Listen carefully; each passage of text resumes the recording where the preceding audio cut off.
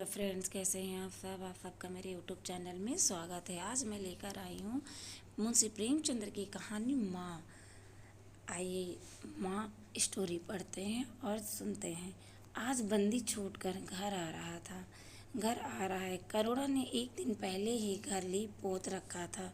इन 3 वर्षों में उसने कठिन तपस्या करके जो 10-5 रुपए जमा कर रखे थे, वह सब पति के सत्कार और स्वागत की तैयारियों में खर्च कर दिए। पति के लिए धोतियों का नया जोड़ा लाई थी, नए कुर्ते बनवाए थे, बच्चे के लिए नए कोट और टोपी की आयोजना की थी। बार बार बच्चे को गले लगाती और प्रसन्न होती। अगर इस बच्चे ने सूर्य की भांति उदय होकर उसके अंधेरे जीवन को प्रदीप्त न कर दिया होता तो कदाचित ठोकरों ने उसके जीवन का अंत कर दिया होता। पति के कारावास दंड के 3 ही महीने बाद इस बालक का जन्म हुआ। उसी का मुंह देखकर करुणा ने यह 3 साल काट दिए थे। वह सोचती कि जब मैं बालक को उनके सामने ले आऊंगी तो वह कितने प्रसन्न होंगे। उसे देखकर पहले तो चकित हो जाएंगे, फिर गोद उठा लेंगे और कहेंगे, करुणा, तुमने यह रतन देकर मुझे निहाल कर दिया। कैद के सारे कष्ट बालक की तोतली बातों में भूल जाएंगे। उनकी एक सरल पवित्र मोहक दृष्टि हृदय की सारी व्यवस्थाओं को धो डालेगी। इस कल्पना का आनंद लेकर वह फूली न समाती थी। वह सोच रही थी कि आदित्य के साथ बहुत से आदमी होंगे। जिस समय वह द्वार पर पहुंचेंगे, जय जयकार की ध्वनि से आकाश गूंज उठेगा। वह कितना स्वर्गीय दृश्य होगा। उन आदमियों के बैठने के लिए करुणा ने एक फटा सा टाट बिछा दिया था, कुछ पान बना दिए थे और बार बार आशामय नेत्रों से द्वार की ओर ताकती थी। पति की वह सिद्ध से दृढ़ उदार तेज पूर्ण मुद्रा बार बार आंखों में फिर जाती थी। उनकी वे बातें बार बार याद आती थीं जो चलते समय उनके मुख से निकलती थीं। उनका वह धैर्य, वह आत्मबल जो पुलिस के प्रहारों के सामने अटल रहा था, वह मुस्कुराहट को जो उस समय भी उनके अंधेर पर खेल रही थी, वह आत्माभिमान जो उस समय भी उनके मुख से टपक रहा था, क्या करुणा के हृदय से कभी भी स्मृत हो सकता था? उस स्मरण आते ही करुणा के निस्तेज मुख पर आत्मगौरव की लालिमा छा गई। यही वह अवलंब था कि जिसने 3 वर्षों की घोर यातनाओं में भी उसके हृदय को आश्वासन दिया था। कितनी ही रातें फाकों में गुजरी, बहुधा घर में दीपक जलने की नौबत भी न आती थी, पर दीनता के आंसू कभी भी उसकी आंखों से न गिरे। आज उन सारी विपत्तियों का अंत हो जाएगा। पति के प्रगाढ़ आलिंगन में वह सब कुछ हंसकर झेल लेगी। वह आनंद निधि पाकर फिर उसे कोई अभिलाषा न रहेगी। गगन का पथ का चिरगामी लपका हुआ विश्राम की ओर चला जाता है, जहाँ संध्या ने सुनहरी फर्श सजाया था और उज्जवल पुष्पों की सेज बिछा रखी थी। उसी समय करुणा को एक आदमी लाठी टेकता आता दिखाई दिया, मानो किसी जीर्ण मनुष्य की वेदना ध्वनि हो। पग पग पर रुक रुक कर खांसने लगती थी। उसका सिर झुका हुआ था। करुणा उसका चेहरा न देख सकती थी, लेकिन चाल ढाल से कोई बूढ़ा आदमी मालूम होता था। पर एक क्षण में जब वह समीप आया तो करुणा पहचान गई, वह उसका प्यारा पति ही था। किंतु शोक उसकी सूरत कितनी बदल गई थी। वह जवानी, वह तेज, वह चपलता, वह सुंगठन सब प्रस्थान कर चुका था। केवल हड्डियों का एक ढांचा रह गया था।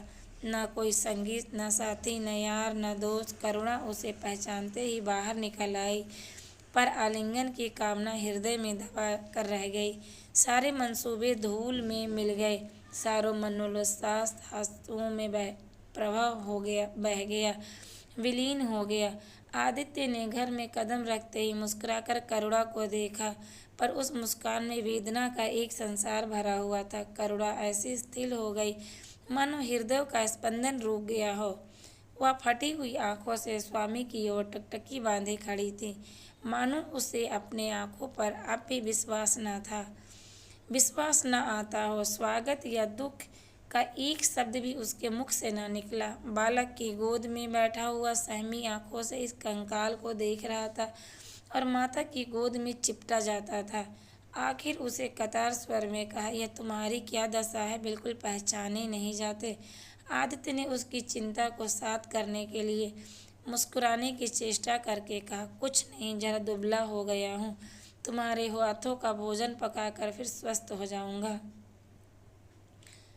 करुणा, छी, सूखा कांटा हो गए, क्या वहाँ भरपेट भोजन नहीं मिला? तुम कहते थे राजनीतिक आदमियों के साथ बड़ा अच्छा व्यवहार किया जाता है, और तुम्हारे साथी क्या हो गए जो तुम्हारे आठों पहर घेरे रहते थे, तुम्हारे पसीने की जगह खून बहाने को तैयार रहते थे? आदित्य की त्योरियां पर बल पड़ गए। बोले, यह बड़ा ही कटु अनुभव है करुणा। मुझे न मालूम था कि मेरे कैद होते ही लोग मेरी ओर से आंखें फेर लेंगे और कोई बात भी न पूछेगा। राष्ट्र के नाम पर मिटने वालों का यही पुरस्कार होता है। यही मुझे न मालूम था। जनता अपने सेवक को बहुत जल्द भूल जाती है, यह तो मैं जानता था, लेकिन अपने सहयोगी और सहायक कितने बेवफा होते हैं, इसका मुझे यह पहला अनुभव हुआ। लेकिन मुझे किसी से शिकायत नहीं। सेवा स्वयं में अपना पुरस्कार है। मेरी भूल थी कि मैं इसके लिए यश और नाम चाहता था। करुणा, तो क्या वहाँ भोजन भी न मिलता था? आदित्य, यह न पूछो करुणा, बड़ी करुण कथा है। बस यही गनीमत समझो कि जीता लौट आया। तुम्हारे दर्शन बदे थे। नहीं, कष्ट तो ऐसे ऐसे उठाए कि अब तक मुझे प्रस्थान कर जाना चाहिए था। मैं जरा लेटूंगा, खड़ा नहीं रहा जाता। दिन भर मैं इतनी दूर आया हूँ। करुणा, चलकर कुछ खा लो तो आराम से लेटो। बालक की गोद में उठाकर, बाबूजी हैं बेटा, तुम्हारे बाबूजी, इनकी गोद में जाओ, तुम्हें प्यार करेंगे। आदित्य ने आंसू भरी आंखों से बालक को देखा और उनका एक एक रोम उनका तिरस्कार करने लगा। अपनी जीर्ण दशा पर उन्हें कभी इतना दुख न हुआ था। ईश्वर की असीम दया से यदि उनकी दशा संभाल जाती तो फिर कभी राष्ट्रीय आंदोलन के समीप न जाते। इस फूल से बच्चे को यूं संसार में लाकर दरिद्रता की आग में झोंकने का उन्हें क्या अधिकार था? वह अब भी लक्ष्मी की उपासना करेंगे और अपना क्षुद्र जीवन के लालन पालन के लिए अर्पित कर देंगे। उन्हें इस समय ऐसा ज्ञात हुआ कि बालक उन्हें उपेक्षा की दृष्टि से देख रहा है, मानो कह रहा है, मेरे साथ आपने कौन सा कर्तव्य पालन किया? उनकी सारी कामना, सारा प्यार बालक को हृदय से लगा देने के लिए अधीर हो उठा, पर हाथ फैला न सके, हाथों में शक्ति ही न थी। करुणा को बालक को लिए हुए उठी और थाली में कुछ भोजन निकाल कर गिराई। आदित्य ने क्षुधापूर्ण नेत्रों से थाली की ओर देखा, मानो आज बहुत दिनों बाद कोई खाने की चीज़ सामने आई हो। जानता था कि कई दिनों के उपवास के बाद आरोग्य की इस गई गुजरी दशा में उसे जवान को काबू में रखना चाहिए, पर सब्र न कर सका। थाली पर टूट पड़ा और देखते देखते थाली साफ कर दी। करुणा संसक हो गई। उसने दोबारा किसी चीज़ के लिए न पूछा, थाली उठाकर चली गई। पर उसका दिल कह रहा था, इतना तो कभी न खाते थे। करुणा बच्चों को कुछ खिला रही थी। एकाएक कानों में आवाज़ आई, करुणा। करुणा ने आकर पूछा, क्या तुमने मुझे पुकारा है? आदित्य का चेहरा पीला पड़ गया था। सांस जोर जोर से चल रही थी। हाथों के सहारे वहीं टाट पर लेट गए थे। करुणा उनकी यह हालत देखकर घबरा गई। बोली, जाकर किसी वैद्य को बुला लाऊं? आदित्य ने हाथ के इशारे से उसे मना करके कहा, व्यर्थ है करुणा, अब तुमसे छिपाना व्यर्थ है। मुझे तपेदिक हो गया है। कई बार मरते मरते बच गया हूँ। तुम लोगों के दर्शन बदे थे, इसलिए प्राण न निकलते थे। देखो प्रिय, रो मत। करुणा ने सिसकियों को दबाते हुए कहा, मैं वैद्य को लेकर अभी आती हूँ। आदित्य ने फिर सिर हिलाया, नहीं करुणा, केवल मेरे पास बैठी रहो, अब किसी से कोई आशा नहीं है। डॉक्टरों ने जवाब दे दिया है। मुझे तो यह आश्चर्य है कि यहाँ पहुँच कैसे गया। न जाने कौन देवी शक्ति मुझे वहाँ से खींच लाई। कदाचित यह इस बुझते हुए दीपक की अंतिम झलक थी। मैंने तुमसे तुम्हारे साथ बड़ा अन्याय किया, इसका मुझे हमेशा दुख रहेगा। मैं तुम्हें कोई आराम न दे सका, तुम्हारे लिए कुछ न कर सका, केवल सुहाग का दाग लगाकर एक बालक के पालन का भार छोड़कर जा रहा हूँ। करुणा ने हृदय को दृढ़ करके कहा, तुम्हें कहीं दर्द तो नहीं है? आग बना लाऊं? कुछ बताते क्यों नहीं? आदित्य ने करवट बदल कर कहा, कुछ करने की ज़रूरत नहीं है प्रिय, कहीं दर्द नहीं, बस ऐसा मालूम हो रहा है दिल बैठा जा रहा है, जैसे पानी में डूबा जाता हूँ। जीवन की लीला समाप्त हो रही है। दीपक को बुझते हुए देख रहा हो, कह नहीं सकता कब आवाज़ बंद हो जाए। जो कुछ कहना है वह कह डालना चाहता हूँ। क्यों वह ललसा ले जाऊँ? मैं एक प्रश्न का जवाब दोगी? पूछूँ? करुणा के मन की सारी दुर्बलता, सारा शोक, सारी वेदना मानो लुप्त हो गई। उनकी जगह उस आत्मबल का उदय हुआ जो मृत्यु पर हंसता है और विपत्ति के सांपों से खेलता है। रत्न जटित मखमली में जैसे तेज तलवार छिपी रहती है, जल के कोमल प्रवाह में जैसे असीम शक्ति छिपी रहती है, वैसे ही रमणी का कोमल हृदय साहस और धैर्य को अपनी गोद में छिपाए रहता है। क्रोध जैसे तलवार को बाहर खींच लेते हैं, विज्ञान जैसे जल शक्ति का उद्घाटन कर लेता है, वैसे ही प्रेम रमणी के साहस और धैर्य को प्रदीप कर देता है। करुणा ने पति के सिर पर हाथ रखते हुए पूछा, पूछते क्यों नहीं प्यारे? आदित्य ने करुणा के हाथों के कोमल स्पर्श का अनुभव करते हुए कहा, तुम्हारे विचार से मेरा जीवन कैसा था, बधाई की योग्य? देखो, तुमने मुझसे कभी पर्दा नहीं रखा। इस समय भी स्पष्ट कहना, तुम्हारे विचार में मुझे अपने जीवन पर हंसना चाहिए या रोना चाहिए? करुणा ने उल्लास के साथ कहा, यह प्रश्न क्यों करते हो प्रीतम? क्या मैंने तुम्हें अपेक्षा कभी की है? तुम्हारा जीवन देवताओं का सा जीवन था, निस्वार्थ, निर्लिप्त और आदर्श। विघ्न बाधाओं से तंग आकर ही मैंने तुम्हें कितनी बार संसार की ओर खींचने की चेष्टा की है, पर उस समय मैं मन में जानती थी कि मैं तुमसे ऊंचे आसन से गिरा रही हूँ। अगर तुम मोह माया में फंसे होते तो कदाचित मेरे मन को अधिक संतोष होता, लेकिन मेरी आत्मा को वह गर्व और उल्लास न होता जो इस समय हो रहा है। मैं अगर किसी को बड़े से बड़ा आशीर्वाद दे सकती हूँ तो यही होगा कि उसका जीवन तुम्हारे जैसा हो। यह कहते कहते करुणा का आवाहीन मुखमंडल ज्योतिमर्गय हो गया, मानो उसकी आत्मा दिव्य हो गई हो। आदित्य ने सरगड़ नेत्रों से करुणा को देखा और कहा, बस अब मुझे संतोष हो गया कि करुणा इस बच्चे की ओर से मुझे कोई शंका नहीं है। मैं उसे इससे अधिक कुशल हाथों में नहीं छोड़ सकता। मुझे विश्वास है कि जीवन भर यह ऊंचा और पवित्र आदर्श सदैव तुम्हारे सामने रहेगा। अब मैं मरने को तैयार हूँ। 7 वर्ष बीत गए। बालक प्रकाश अब 10 साल का रूपवान बालिक प्रसन्न मुख कुमार का था। बल का तेज, साहसी और मनस्वी, भय तो उसे छू भी नहीं गया था। करुणा का संतप्त हृदय उसे देखकर शीतल हो जाता। संसार करुणा को अभागिनी और दीन समझे, वह कभी भाग्य का रोना नहीं रोती। उसने उन आभूषणों को बेच डाला जो पति के जीवन में उसे प्राणों से प्रिय थे। उस धन से कुछ गायें और भैंसें मोल ले ली। वह कृषक की बेटी थी और गौ पालन के लिए उसे कोई नया व्यवसाय न था। इसी को उसने अपनी जीविका का साधन बनाया। विशुद्ध दूध कहाँ मैसर होता है, सब दूध हाथों हाथ बिक जाता। करुणा को पहर रात से पहर रात तक काम में लगा रहना पड़ता। वह प्रसन्न थी कि उसके मुख पर निराशा या दीनता की छाया नहीं, संकल्प और साहस का तेज है। उसे एक एक अंग से आत्मगौरव की ज्योति सी निकल रही है। आंखों में एक दिव्य प्रकाश है, गंभीर, अथाह और असीम। सारी वेदनाएं, वैधव्य का शौक और विधि का निर्मम प्रहार, सब उस अप्रकाश की गहराई में विलीन हो गया है। प्रकाश पर वह जान देती है। उसका आनंद, उसकी अभिलाषा, उसका संसार, उसका स्वर्ग, सब प्रकाश पर न्यौछावर है। पर यह मंजिल नहीं प्रकाश की कोई शरारत करे और करुणा आंखें बंद कर ले, नहीं, वह उसके चरित्र की बड़ी कठोरता से देखभाल करती है। वह प्रकाश की माँ नहीं, माँ बाप दोनों है। उसके पुत्र स्नेह में माता की ममता के साथ पिता की कठोरता भी मिली हुई है। पति के अंतिम शब्द अभी तक उसके कानों में गूंज रहे हैं, मारो अम्मास उनके चेहरे पर झलकने लगा था। वह गर्मय लाली हो जो उनकी आंखों में छा गई थी, अभी तक उसकी आंखों में फिर रही है। निरंतर पति चिंतन ने आदित्य को उसकी आंखों में प्रत्यक्ष कर दिया है। वह सदैव उनकी उपस्थिति का अनुभव किया करती है। उसे ऐसा जान पड़ता है कि आदित्य की आत्मा सदैव उसकी रक्षा करती रहती है। उसकी यह हार्दिक अभिलाषा है कि प्रकाश जवान होकर पिता का पथगामी हो। संध्या हो गई थी। एक भिखारन द्वार पर भीख मांगने लगी। करुणा उस समय गऊओं को पानी दे रही थी। प्रकाश बाहर खेल रहा था। बालक ही तो ठहरा। शरारत सूझी, घर में गया, कटोरों में थोड़ा सा भूसा लेकर बाहर निकाला। भिखारी ने अपनी झोली फैला दी। प्रकाश ने भूसा उसकी झोली में डाल दिया। जोर जोर से तालियां बजाता हुआ भागा।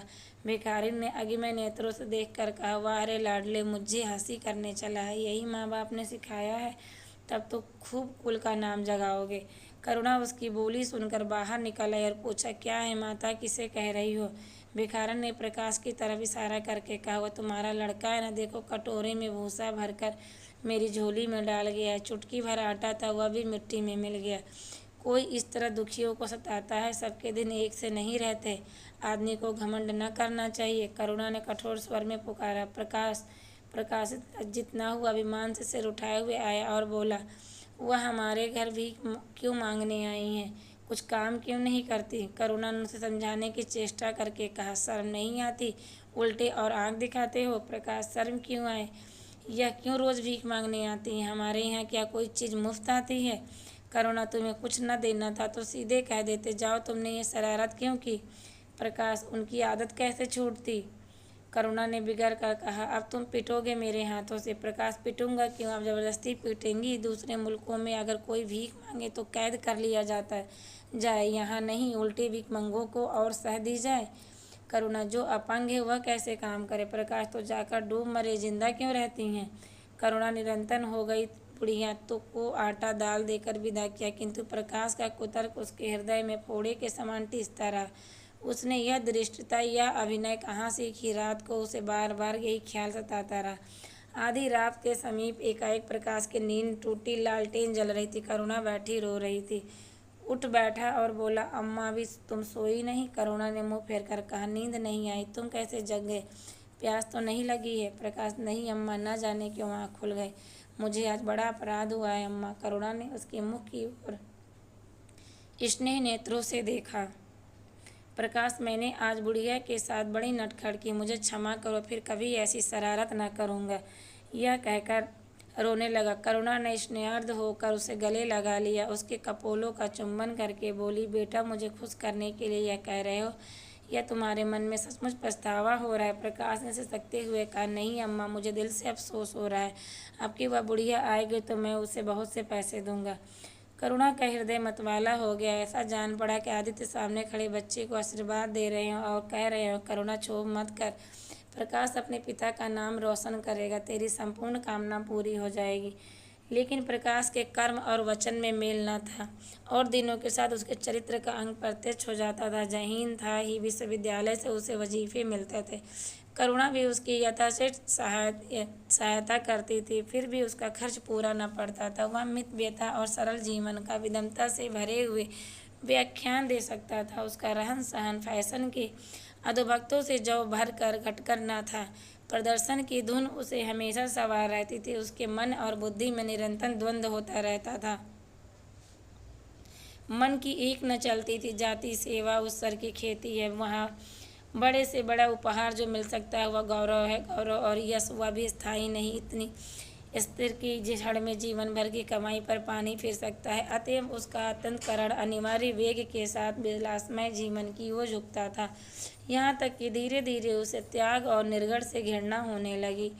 वह दुर्वस्था और दरिद्रता का हे समझता था। उसके हृदय न था, भाव न थे, केवल मस्तिष्क था। मस्तिष्क में दर्द कहाँ, वहाँ तो तर्क है, मंसूबे हैं। सिंध में बाढ़ आई, हजारों आदमी तबाह हो गए। विद्यालय ने वहाँ एक सेवा समिति भेजी। प्रकाश के मन में द्वंद्व होने लगा, जाऊँ या ना जाऊँ। इतने दिनों अगर परीक्षा की तैयारी करे तो प्रथम श्रेणी में पास हो। चलते समय उसने बीमारी का बहाना कर दिया। करुणा ने लिखा, तुम सिंध न गए, इसका मुझे दुख है। तुम बीमार रहते हुए भी वहाँ जा सकते थे। समिति में चिकित्सालय भी तो होते हैं। प्रकाश ने उत्तर न दिया। उड़ीसा में अकाल पड़ा, प्रजा मक्खियों की तरह मारने लगी। कांग्रेस ने पीड़ितों के लिए एक मिशन तैयार किया।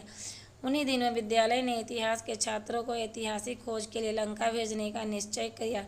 करुणा ने प्रकाश को लिखा, तुम उड़ीसा जाओ, किंतु प्रकाश लंका जाने को लालयित था। वहाँ कई दिन इसी दुविधा में रहा। अंत को कौशल्या ने उड़ीसा पर विजय पाई। करुणा ने अब की उसे कुछ न लिखा, चुपचाप रोती रही। लोन से लौटकर प्रकाश छुट्टियों में घर आया। करुणा उससे खिंची खिंची रहती। प्रकाश मन में लज्जित हुआ और संकल्प किया कि अब की कोई अवसर आया तो अम्मा को अवश्य प्रसन्न करूँगा।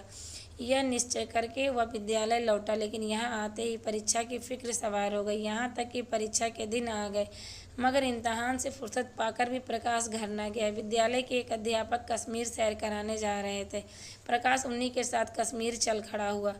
जब परीक्षा फल निकला, प्रकाश प्रथम आया, तब उसे घर की याद आई। उसने तुरंत करुणा को पत्र लिखा, अपने आने की सूचना दी। माता को प्रसन्न करने के लिए उसने 2-4 शब्द जाति सेवा के विषय में लिखे। अब मैं आपकी आज्ञा का पालन करने को तैयार हूँ। मैंने शिक्षा संबंधी कार्य करने का निश्चय किया है। इसी विचार से मैंने वह विशिष्ट स्थान प्राप्त किया। हमारे नेता भी विद्यालयों के आचार्यों का सम्मान करते हैं।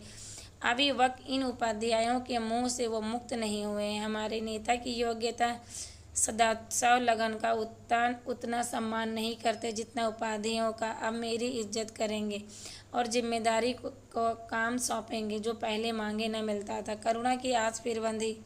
विद्यालय के खुलते ही प्रकाश के नाम का रजिस्टर पत्र पहुंचा। उन्होंने प्रकाश का इंग्लैंड जाकर विद्याभ्यास कराने के लिए सरकारी वजीफे की मंजूरी की सूचना दी। प्रकाश पत्र हाथ में लिए हर्ष के उन्माद में जाकर माँ से बोला, अम्मा मुझे इंग्लैंड जाकर पढ़ने की सरकारी वजीफा मिल गया।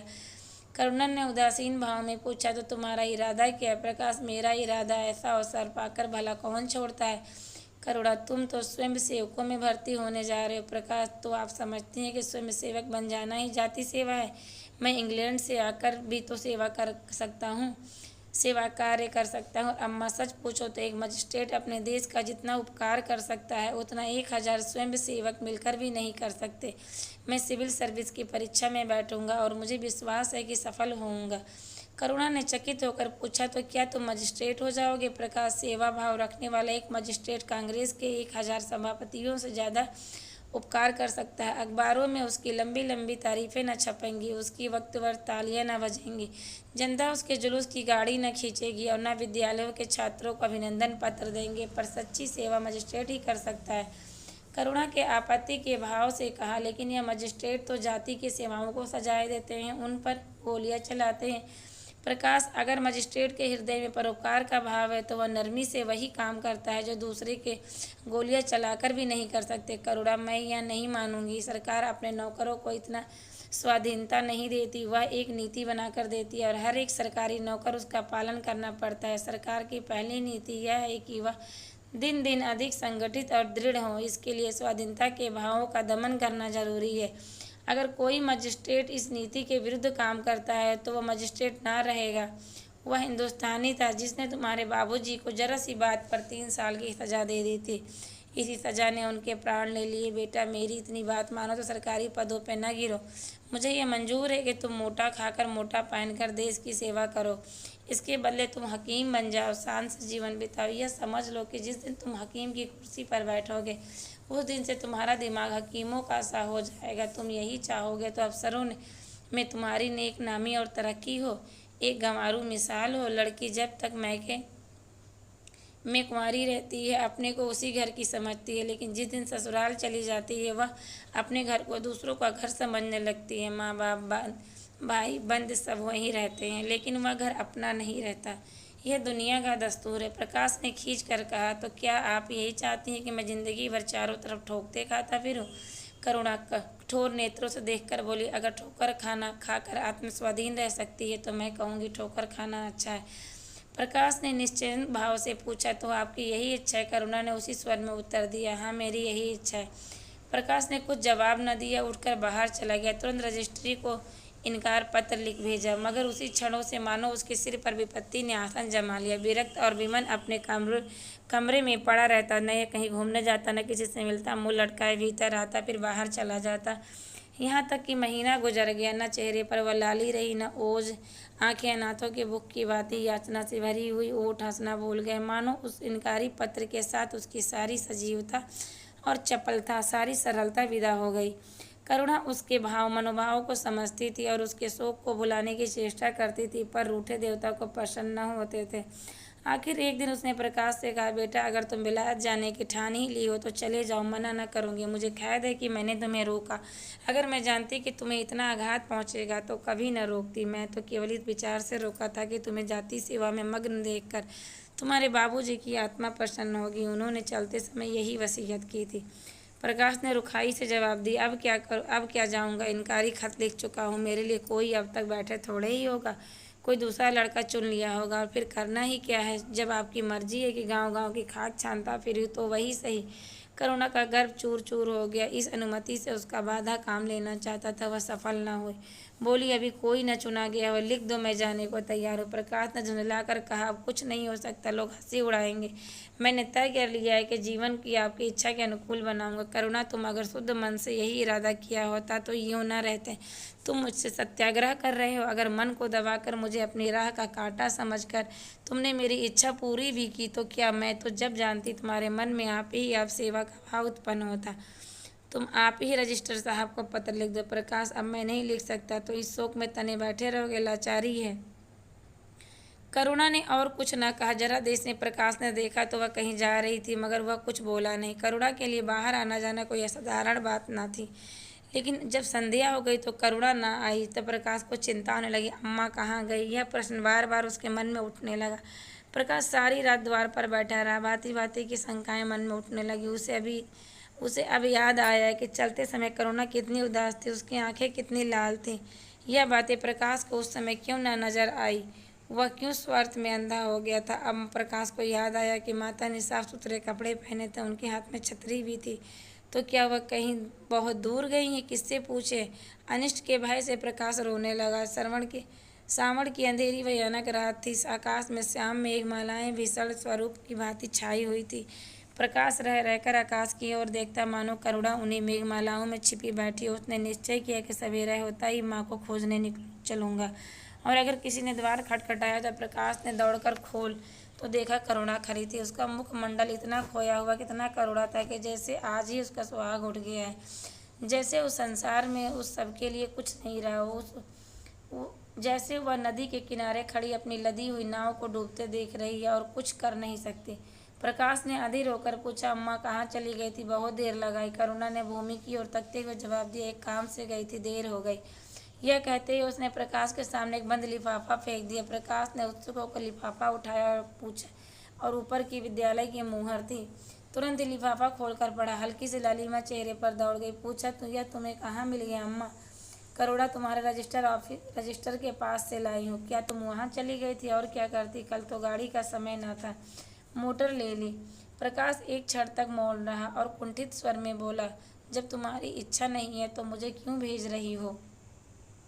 करुणा ने विरक्त भाव से कहा, इसलिए कि तुम्हारे जाने की इच्छा है। तुम्हारा यह मालिन वेश नहीं देखा जाता। अपने जीवन के 20 वर्ष तुम्हारी हित कामना अर्पित कर दिए। अब तुम्हारी महत्वाकांक्षा की हत्या नहीं कर सकती। तुम्हारी यात्रा सफल हो, यह हमारी हार्दिक अभिलाषा है। करुणा का कंठ रुध गया और कुछ न कह सकी। प्रकाश उसी दिन से यात्रा की तैयारियां करने लगा। करुणा के पास जो कुछ था वह सब खर्च हो गया। कुछ ऋण भी लेना पड़ा। नए सूट बने, सूटकेस लिए गए। प्रकाश अपनी धुन में मस्त था। कभी किसी चीज़ की फरमाइश लेकर आता, कभी किसी चीज़ का।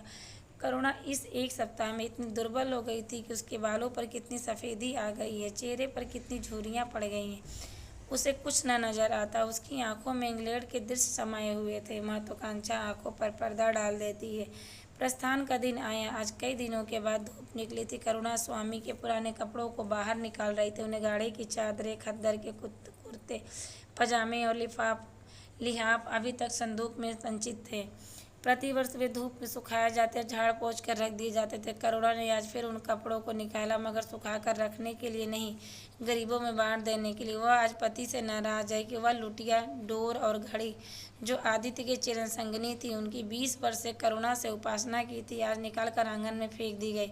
वह झोली जो बरसों आदित्य के कंधों पर आरूढ़ रह चुकी थी, अब कूड़े में डाल दी गई। वह चित्र जिसके सामने 20 वर्ष से करुणा सिर झुकाती थी, आज वही निर्दयता से भूमि पर डाल दिया गया। पति का कोई स्मृति चिन्ह वह अब अपने घर में नहीं रखना चाहती थी। उसका अंतःकरण शोक और निराशा से विदीर्ण हो गया था। पति के सिवा वह किस पर क्रोध उतारे? कौन उसका अपना है?